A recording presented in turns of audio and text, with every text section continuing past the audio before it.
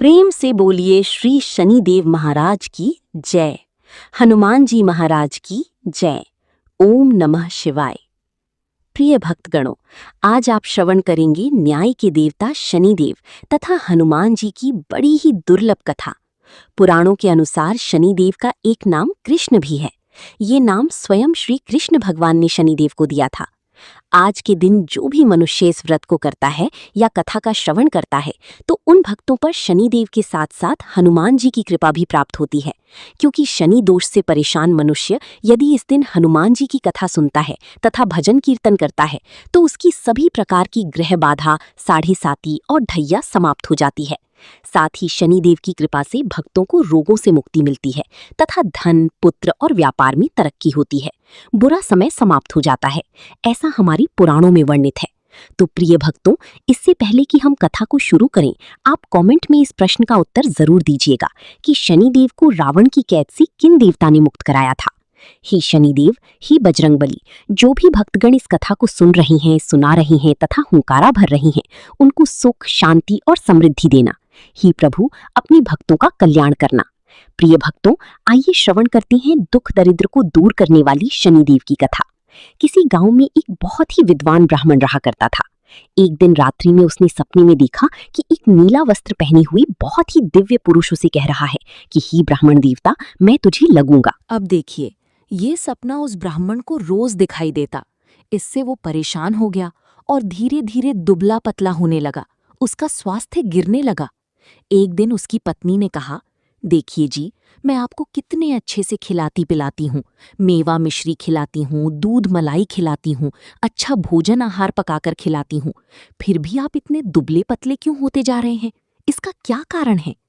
प्रिय भक्तों, उस ब्राह्मण ने अपनी पत्नी को सारा हाल बताया कि मेरे सपने में एक नीले कपड़े पहने हुए बहुत ही दिव्य पुरुष आते हैं। वे मुझे कहते हैं कि हे ब्राह्मण, मैं तुम्हें लगूंगा। अब यही सोचकर मुझे भूख प्यास नहीं लगती और मैं दुबला होता जा रहा हूँ। तब ब्राह्मणी ने कहा, हे पतिदेव, मुझे लगता है कि आपको शनि भगवान दर्शन देते हैं।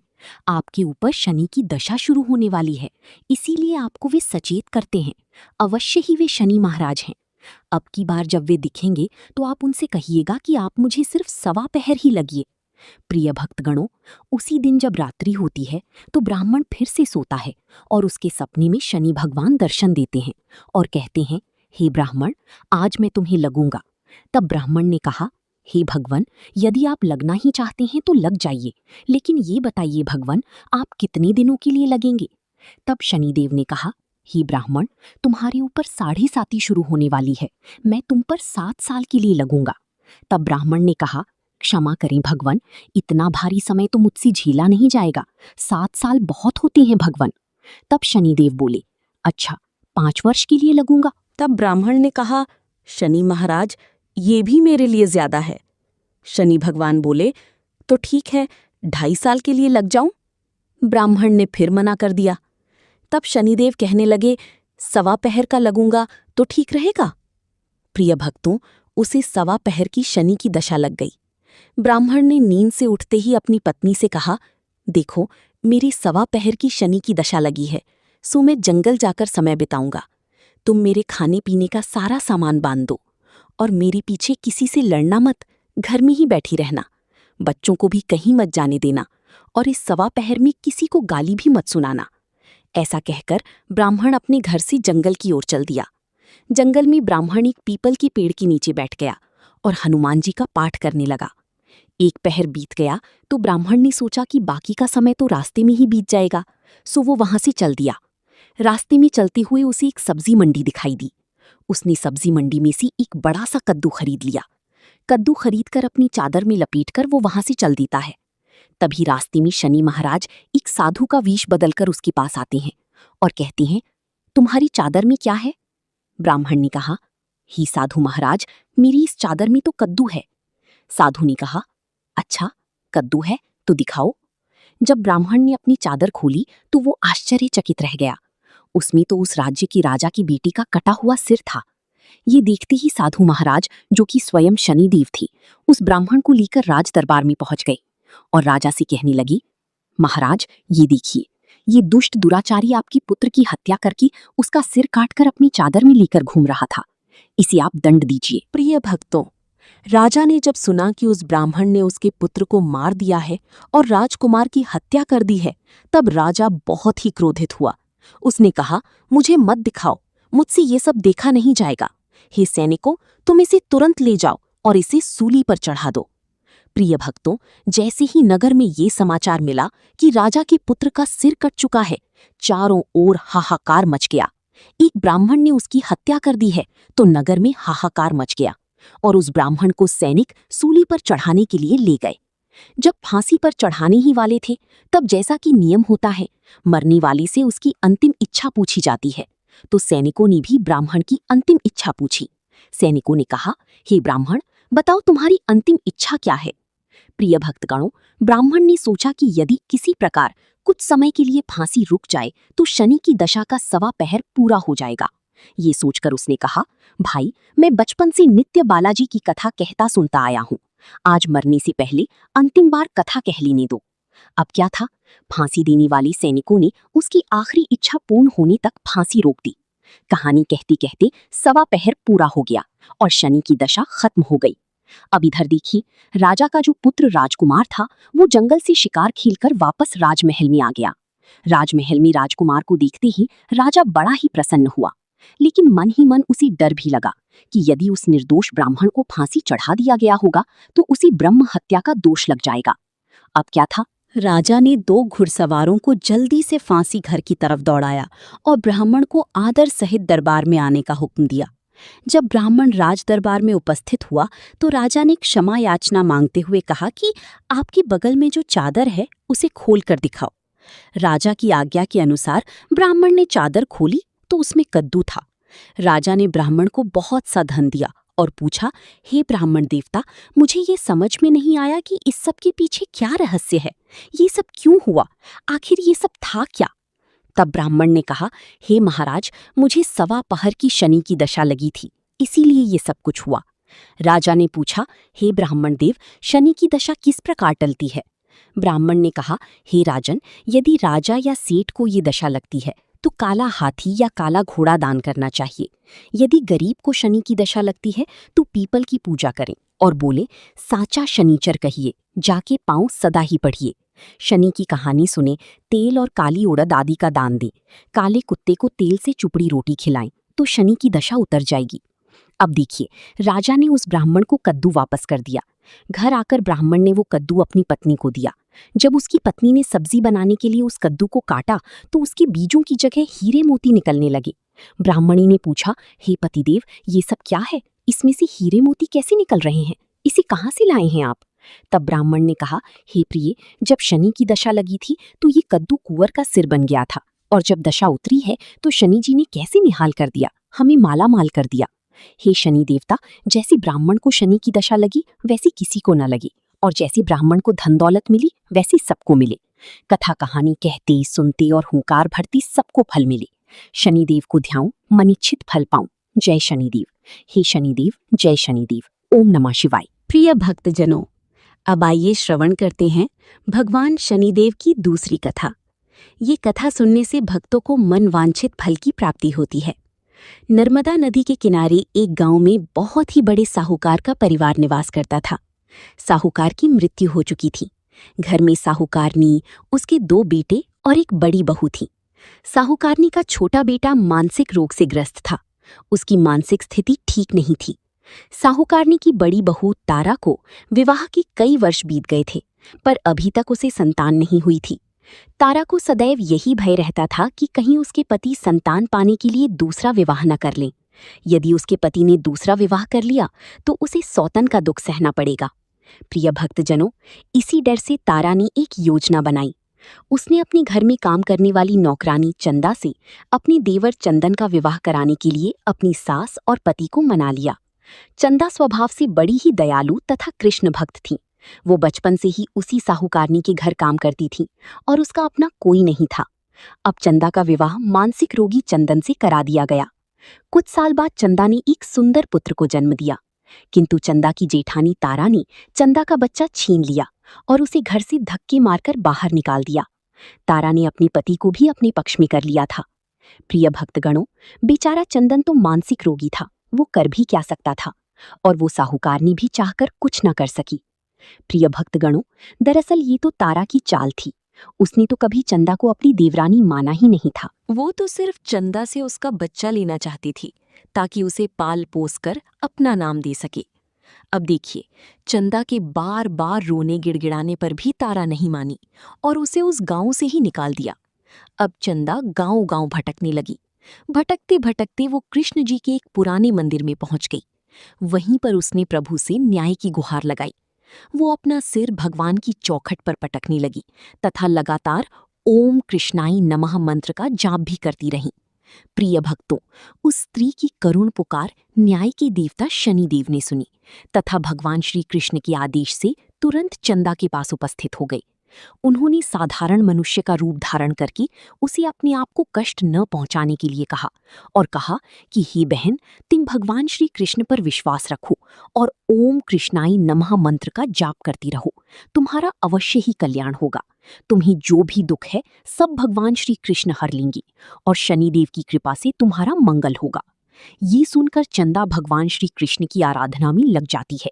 शनिदेव का ध्यान करते हुए वो ओम कृष्णाय नमः मंत्र का जाप करने लगी। अब शनिदेव एक साधु का भेष बदलकर साहूकारनी के घर पहुंच गई और अलख निरंजन की अलग जगाने लगी। तब घर से बाहर साहूकारनी निकली और उसने भिक्षा देकर उन्हें प्रणाम किया। तब साधु रूपी शनिदेव ने कहा, हे देवी, मैंने सुना है आपके घर में कोई मानसिक रोगी है। मैंने 7 सालों से हिमालय के जंगलों में भटकती हुई बहुत ही दुर्लभ जड़ी बूटी इकट्ठी की है, जो हर प्रकार के रोगों को समाप्त कर देती है। यदि आप कहें तो मैं आपके घर के मरीज को ठीक कर सकता हूँ। प्रिय भक्तों, उस साहूकारनी ने कहा, हे महात्मन, अहो भाग्य जो आप यहाँ पधारी। हाँ महाराज जी, मेरा छोटा बेटा जो कि दिमागी रूप से बीमार है, आप उसे ठीक कर दीजिए। आप जो चाहेंगी मैं वो आपको दूंगी। आइए, घर के अंदर आइए। साहूकारनी ने अपने बेटे चंदन को साधु महाराज को दिखाया, जो अब चंदा के चले जाने से बहुत ही दुखी था। साधु महाराज ने अपने कमंडल से जल निकालकर उसे अभिमंत्रित करके चंदन को पीने के लिए दिया। उस जल को पीते ही चंदन बिल्कुल ठीक हो गया। साधु महाराज ने तारा को भी बहुत समझाया कि वो चंदा का बच्चा उसे वापस कर दे और अपनी गलती को स्वीकार कर ले, किंतु वो नहीं मानी।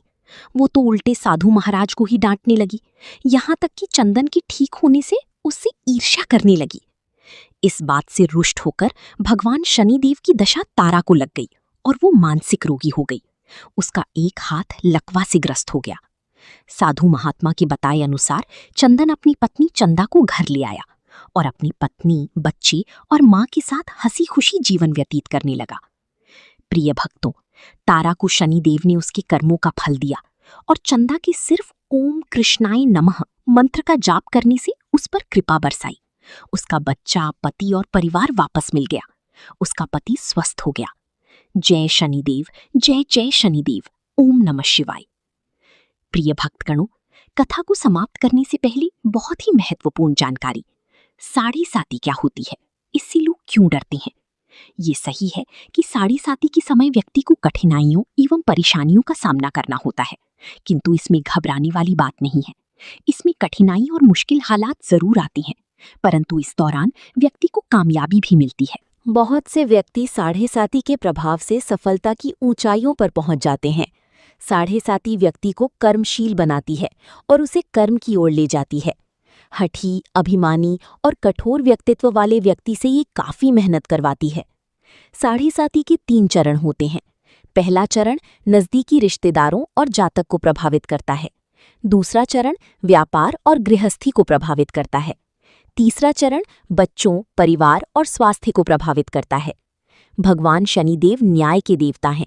ये कभी भी किसी को बिना कारण दंड नहीं देते। यदि दंड देते हैं तो उसके साथ बहुत ही बड़ी शिक्षा भी देते हैं।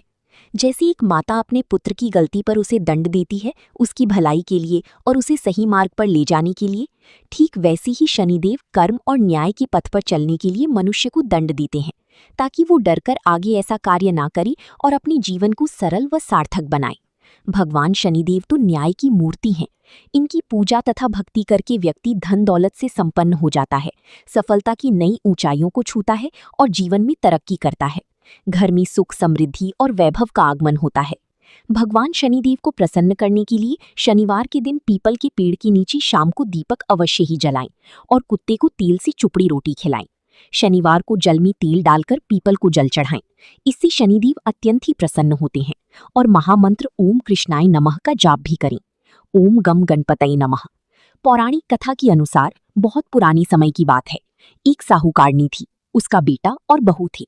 पति की मृत्यु युवावस्था में ही हो गई थी। उस साहूकारनी का रोज का नियम था कि वो हनुमान जी के मंदिर जाया करती थी और साथ में पूड़ी, हलवा और चूरमा बनाकर ले जाती थी। वो हनुमान जी से कहती थी, कांधे सोटा लाल लंगोटा, हनुमान जी खायो चूरमो और रोटी। मैंने तुम्हें दिया जवानी में, तुम मुझे देना बुढ़ापे में। पूजा करने के बाद जब वो साहूकारनी अपने घर आई तो उसकी बहू बोली, सासू जी, तुम रोज चूरमा और रोटी लेकर कहाँ जाती हो? वो साहूकारनी बोली, बहू, मैं तो बालाजी के मंदिर जाती हूँ। बहू बोली, आप मंदिर तो नहीं जाती हैं, हमें तो लगता है कि आप अपने खाने के लिए रोज चूरमा और हलवा पूड़ी बनाती हैं और चोरी चुपके जाकर कहीं खा लेती हैं। प्रिय भक्तों, सास अपनी बहू की बातें सुनती हैं, फिर भी कुछ नहीं बोलती, परंतु उसके मन में बड़ा दुख होता है। उसे इस बात की पीड़ा होती है कि वो भगवान की भक्ति करती है और उसकी बहू उसे चटोरी कह रही है। अब क्या था, दुख के मारे वो जाकर अपनी कमरे में सो गई। सोती सोती 5 दिन बीत गए। तभी हनुमान जी सपने में आए और बोली, हे साहूकारनी, तूने तो मुझे अपनी जवानी में खिलाया है, अब मैं तुझे तेरी बुढ़ापे में खिलाता हूँ। साहूकारनी बोली, हे हनुमान जी, आज तो आप मुझे खाने के लिए दे देंगी, लेकिन रोज कौन देगा? हनुमान जी बोले, हे साहूकारनी, मैं तुम्हें रोज दूंगा। अब क्या था, हनुमान जी की महिमा देखिए। उन्होंने साहूकारनी को खाने के लिए चूरमा रोटी और हलवा पूड़ी दी। साहूकारनी चुपचाप चूरमा रोटी खा लेती है। इसी प्रकार 5-6 दिन और बीतते हैं। धीरे धीरे बहू की घर में से अचानक अनाज इत्यादि खत्म होने लगता है। उसके पास कुछ नहीं रहा, हर चीज में घाटा पड़ गया। बहू ने सोचा, सास को 7 दिन हो गए हैं, मैंने तो उन्हें खाने को कुछ दिया भी नहीं, देखूं तो वो कैसी हैं। अब देखिए, बहू अपने सास के कमरे में जाकर देखती है तो वो चकित रह गई। उसने देखा कि उसकी सास तो अच्छी भली मोटी ताजी है। बहू बोली, सासू जी, मैंने तो आपको 7 दिनों से खाने को कुछ नहीं दिया, फिर भी आप क्या खाती हैं जो इतनी स्वस्थ और मोटी ताजी हैं? सासू जी बोली, मुझे तो हनुमान जी स्वयं मीठा मीठा हलवा और रोटी दे जाते हैं, मैं वही खाती हूँ। अब क्या था, बहू अपनी सास के पैरों में गिर गई। उसे बहुत पछतावा हुआ। वो बोली, हे सासू माँ, हम तो आपके भाग्य का खाते थे, हमारे घर में तो अब कुछ भी नहीं बचा। मैंने आपको खाना नहीं दिया, आपकी भक्ति को झूठा समझा और आपको चटोरी समझा, इसीलिए भगवान ने मुझे दंड दिया है। 7 दिन के अंदर ही हमारे घर से अनाज और धन समाप्त हो गया। हे सासू माँ, अब आप ही सब कुछ संभालो, मुझे आपकी भक्ति पर अटूट विश्वास हो गया है। आपने हनुमान जी को जवानी में भोग लगाया और हनुमान जी ने आपको वही भोग बुढ़ापे में लौटाया। हनुमान जी की महिमा अपार है, उन्हें कोटि कोटि प्रणाम है। प्रिय भक्तों, अब उस सास ने खुशी खुशी घर की सारी जिम्मेदारी संभाल ली। वो साहूकारनी हनुमान जी को रोज चूरमा, रोटी और हलवा पूरी का भोग लगाया करती थी। फिर घर में बहुत बरकत हुई और खूब धन धान्य आने लगा। हे हनुमान जी महाराज, हे बालाजी, जैसे आपने उस साहूकारनी का कल्याण किया वैसा सबको करना। सबके घर अन्न धन के भंडार से भरी रहे, सबका मंगल करना। इस कथा को कहने वाली, सुनने वाली तथा हुंकारा भरने वाली सभी का भला करना। बजरंग बली हनुमान की जय। ओम नमः शिवाय। प्रिय भक्तों, हमारी दूसरी कथा है मंगल देवता की। बहुत समय पहले की बात है। किसी गांव में एक बुढ़िया रहती थी। वो मंगल देव को अपना इष्ट मानती थी। मंगलवार के दिन वो ना तो घर लीपती थी और ना ही धरती खोदा करती थी। हर मंगलवार वो मंगल देव का व्रत रखती थी। उसका एक पुत्र था जिसका जन्म मंगलवार को ही हुआ था, इसीलिए वो उसे मंगलिया कहकर पुकारा करती थी। बुढ़िया की श्रद्धा देखकर स्वयं मंगल देव ने उसकी परीक्षा लेने की ठानी और साधु का भेष बनाकर मंगलवार के दिन उसके घर पहुंच गए। उन्होंने बुढ़िया से कहा, हे बुढ़िया माई, मैं भिक्षा मांगकर लाया हूं और मुझे बहुत भूख लगी है। मुझे भोजन बनाना है, तू थोड़ी सी धरती लीप दे तो मैं यहाँ भोजन बना लूं। बुढ़िया माई ने कहा, महाराज, मैं मंगलवार की व्रती हूँ। मैं आज के दिन धरती नहीं लीपती। मैं जल का छिड़काव कर देती हूँ, आप उस पर भोजन बना लें।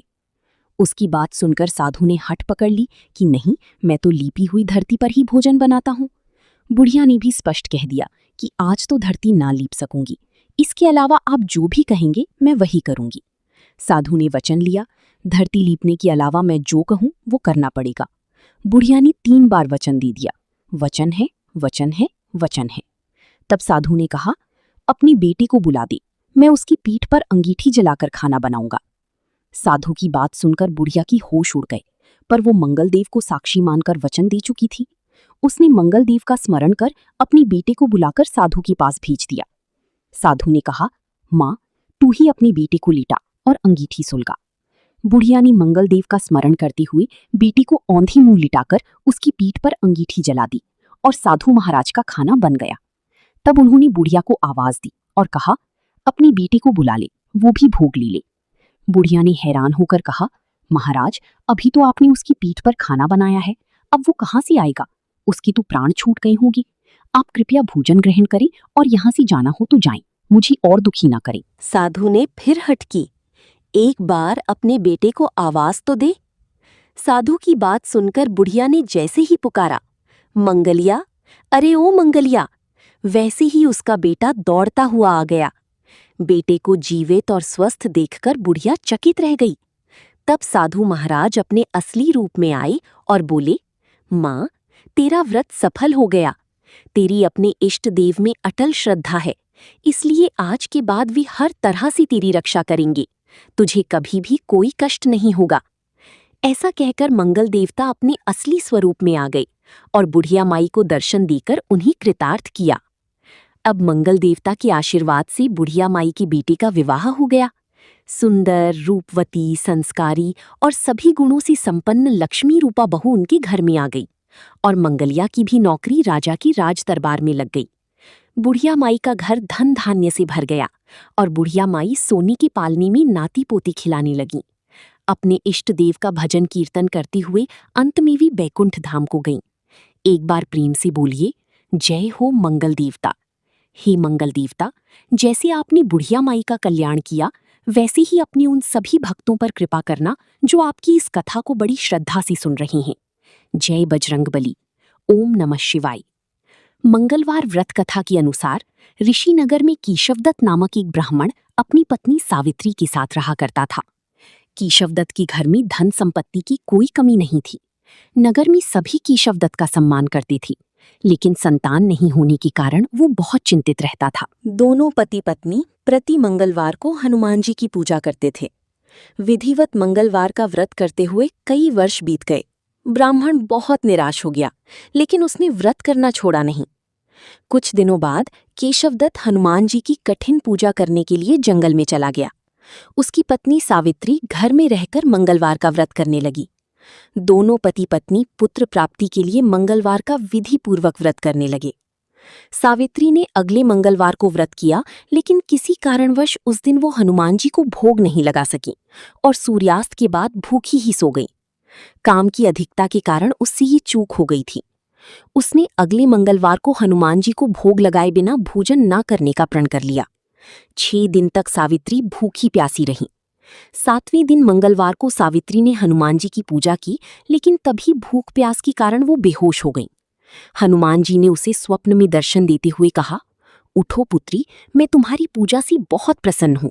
मैं तुम्हें एक सुंदर और सुयोग्य पुत्र होने का वर देता हूँ। ये कहकर हनुमान जी अंतर्ध्यान हो गई।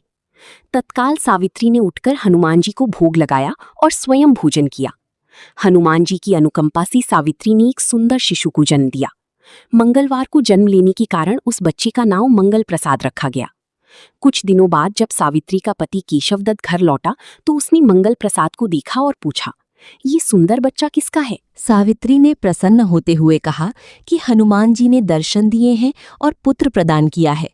उसने सारी कथा अपने पति को सुनाई, लेकिन केशवदत्त को उसकी बातों पर विश्वास नहीं हुआ।